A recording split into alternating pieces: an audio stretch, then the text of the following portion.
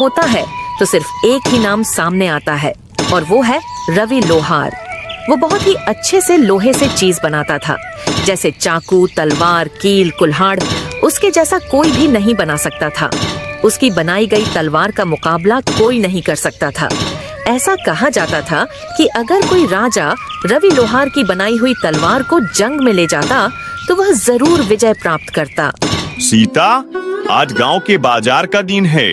गांव के सारे लोग आज बाजार खरीदारी करने आएंगे, इसलिए मैं सारे सामानों को लेकर बाजार जा रहा हूँ। मुझे आज लगता है काफी मुनाफा होगा। तुम अपना और पिंकू का ध्यान रखना। पिंकू के बापू, घर में अब कुछ भी खाने का सामान नहीं है। अरे तुम चिंता मत करो सीता, मैं आज कुछ भी करके घर का सारा राशन ले आऊंगा। लेकिन कैसे? आपको तो इतने दिनों में एक भी ग्राहक नहीं मिला है। अरे हाँ भाग्यवान, कह तो तुम सही रही हो, लेकिन मैं कोशिश के अलावा और कर भी क्या सकता हूँ। आप यह लोहारी का काम छोड़कर कोई दूसरा काम क्यों नहीं करते हो? मैं इसी काम में माहिर हूँ सीता, इसलिए मैं यही काम कर सकता हूँ। जी वो बात तो है, लेकिन इस काम में आप इतनी मेहनत करते हैं, बदले ना आपको मिलता ही क्या है? मेहनत कभी जाया नहीं जाती सीता, मुझे यकीन है एक ना एक दिन मुझे मेरी मेहनत का फल जरूर मिलेगा। ये कहकर रवि लोहार अपने काम पर चला जाता है। सुबह से शाम होने को आई है, लेकिन अभी तक एक भी ग्राहक नहीं आया जिसकी तलवार बनाकर मैं पैसे कमा सकूं। अब मैं घर का राशन कैसे लेकर जाऊंगा? रवि बाजार में बैठा यही सोच रहा होता है कि तभी उसका साथी विष्णु लोहार आता है और कहता है, अरे रवि, तुम यहाँ इस तरह से क्यों बैठे हो भाई? क्या तुम्हारे पास कोई काम नहीं है? नहीं विष्णु, इस समय ना मेरे पास कोई काम है और ना ही कोई ग्राहक। ऐसे कैसे हो सकता है? तुम तो इतने होनहार लोहार हो, फिर भी तुम्हारे पास ग्राहक नहीं है। यह तो बड़े शर्म की बात है। भाई, यह तो सब समय समय की बात है। हो सकता है कि मेरा समय अभी नहीं आया वो। हाँ, सही बात है। खैर, मैंने तुम्हें यहाँ बैठे हुए देखा तो मैं तुमसे बात करने चला आया। वैसे मेरे पास तो बहुत काम है, इसलिए मैं चलता हूँ। विष्णु रवि का मजाक उड़ाकर वहाँ से चला जाता है, जबकि रवि चुपचाप वहीं बैठा रहता है कि तभी वहाँ एक आदमी आता है। सुनो भाई, यहाँ पास कोई रवि नाम का लोहार रहता है क्या? तुम मुझे उसका पता बता सकते हो? जी मैं ही हूँ रवि, बताइए आपको मुझसे क्या काम है? मैंने सुना है तुम तलवार बहुत अच्छी बनाते हो और जो भी तुम्हारी बनाई हुई तलवार से मुकाबला करता है वह जरूर विजय प्राप्त करता है। जी यह सच है कि मैं तलवार बनाता हूँ, लेकिन जीत और हार तो सिर्फ ईश्वर के हाथ में होती है। बात तो तुम्हारी बिल्कुल सही है। खैर जो भी है, तुम मुझे एक अच्छी सी तलवार बना कर दे दो। ठीक है, लेकिन आप है कौन? मैं पड़ोसी राज्य का राजा वीरभद्र हूँ। लेकिन महाराज, मैं आपके लिए तलवार क्यों बनाऊं? मैं तो आपको जानता भी नहीं हूँ। दरअसल कुछ दिनों से मेरे कुछ दुश्मन मेरे राज्य के लोगों को बहुत परेशान कर रहे हैं। उन्होंने सबका जीना हराम कर दिया है, इसलिए मुझे उनसे मुकाबला करने के लिए तुम्हारी बनाई हुई तलवार चाहिए। ठीक है महाराज, अगर ऐसा है तो मैं बना दूंगा। रवि के यहाँ कहने पर राजा वीरभद्र उसकी तरफ एक पोटली बढ़ाते हैं जिसमें बहुत सारे सोने के सिक्के होते हैं। यह लो तुम्हारा मेहनताना, मैं कुछ दिनों बाद अपनी अमानत लेने आऊंगा। इसमें क्या है महाराज? इसमें कुछ सोने के सिक्के हैं, बाकी अगर तुम्हें कम लगते हैं तो मैं और बढ़ा देता हूँ। महाराज, मैंने तो अभी तलवार बनाना शुरू भी नहीं किया है, तो फिर आप पहले से मेरा मेहनताना क्यों दे रहे हो? इसे तुम रख लो, ये तुम्हारी मेहनत के हैं। राजा वीरभद्र यह कहकर वहाँ से चले जाते हैं। अब मैं अपनी पत्नी और पुत्र के लिए खाने पीने का खूब सारा सामान लेकर जाऊंगा। रवि अब सोने के सिक्कों को बेचकर ढेर सारा सामान खरीदता है और अपने घर चला जाता है। यह लो सीता, यह सब तुम दोनों के लिए है। अरे पिंकू के बापू, आप इतना सारा सामान ले आए? आपके पास इतना सारा सामान खरीदने के लिए पैसे कहाँ से आए? सीता के पूछने पर रवि उसे राजा के बारे में सब कुछ बताता है। यह तो बहुत अच्छी बात है, लेकिन आप महाराज की तलवार जल्दी बनाकर उन्हें दे देना, क्योंकि उन्होंने आप पर भरोसा किया है। आप उनका भरोसा टूटने मत देना। हाँ सीता, तुम बिल्कुल सही कह रही हो। अगली सुबह रवि अपने काम पर निकल जाता है और अपनी दुकान पर पहुंचकर सोचता है, महाराज की तलवार मुझे जल्द से जल्द बनानी होगी। रवि दिन रात मेहनत करके राजा के लिए एक बहुत अच्छी सी तलवार बना लेता है। मैंने इस तलवार को तो बना लिया है, लेकिन अब पता नहीं महाराज इसे लेने कब आएंगे। अभी रवि यह सोच ही रहा होता है कि तभी अचानक उसके पास किशोर नाम का एक ग्राहक आता है। क्या तुम लोहार रवि हो? हाँ, मैं ही रवि हूँ। मुझे तुमसे एक तलवार चाहिए। क्या तुम अभी मुझे कोई अच्छी सी तलवार दे सकते हो? माफ करना भाई, इस समय मेरे पास एक भी तलवार मौजूद नहीं है और नई तलवार बनाने में मुझे समय लगेगा। अगर आप इंतजार कर सकते हैं तो कर लीजिए, मैं आपको कुछ समय में तलवार बनाकर दे दूंगा। अभी रवि ग्राहक से यह कह ही रहा होता है कि तभी ग्राहक की नजर उस तलवार पर पड़ती है जो रवि ने राजा के लिए बनाई थी।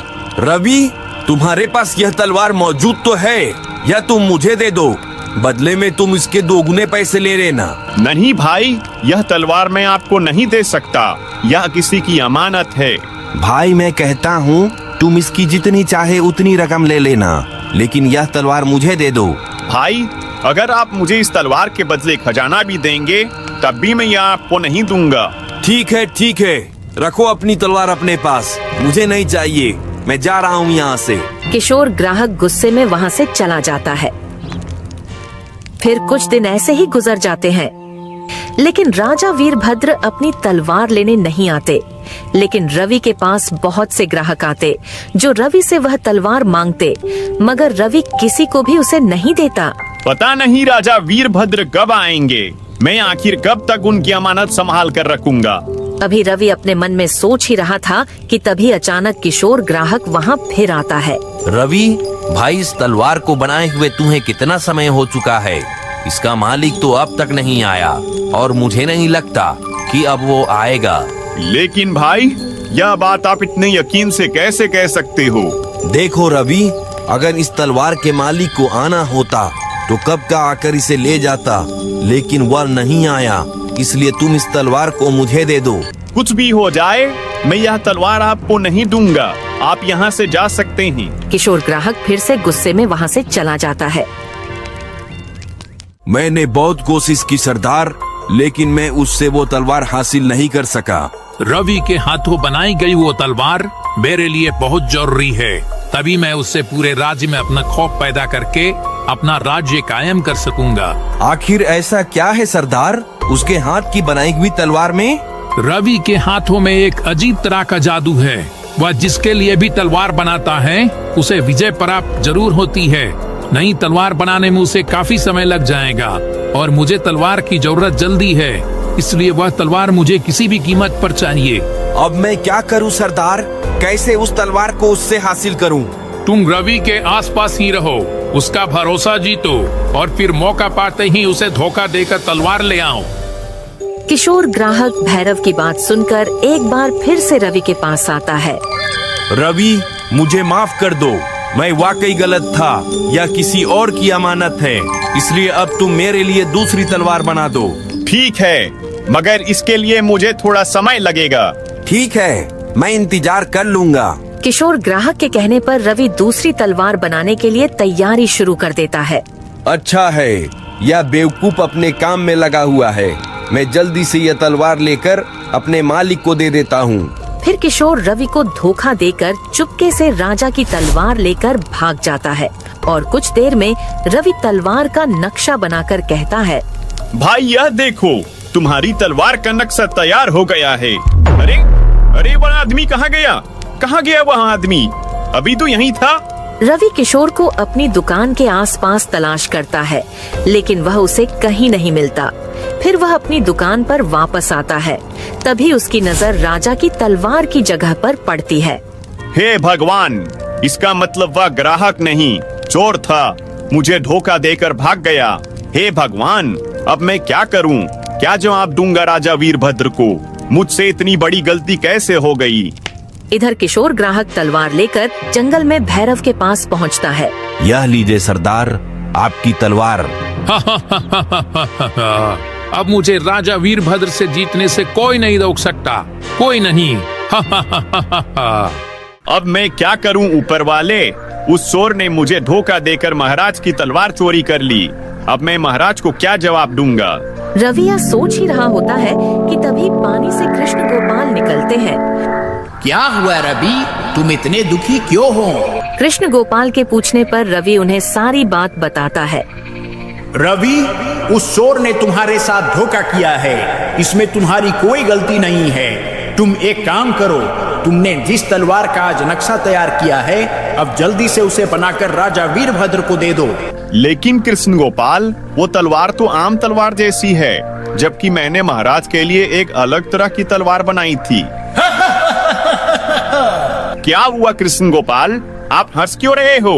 मैं इसलिए हंस रहा हूँ क्योंकि जो तलवार पहले बनाई थी वो राजा वीरभद्र के लिए थी ही नहीं। क्या मतलब कृष्ण गोपाल?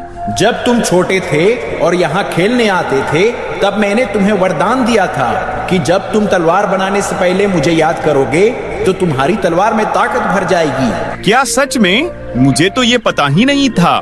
हाँ, इसलिए जब तुम अपनी तलवार बनाने से पहले मुझे याद करते हो तो तुम्हारी तलवार ताकतवर बन जाती है। लेकिन उस दिन तुमने जो तलवार बनाई थी, उसे बनाने से पहले तुम मुझे याद करना भूल गए थे। इसका मतलब जो तलवार मैंने महाराज के लिए बनाई थी उसमें ताकत नहीं है?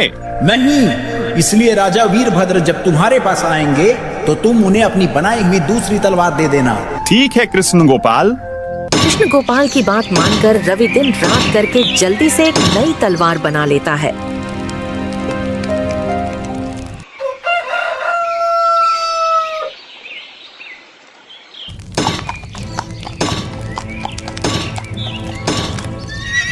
रवि, क्या मेरी तलवार बन गई है? जी महाराज, यह लीजिए आपकी तलवार।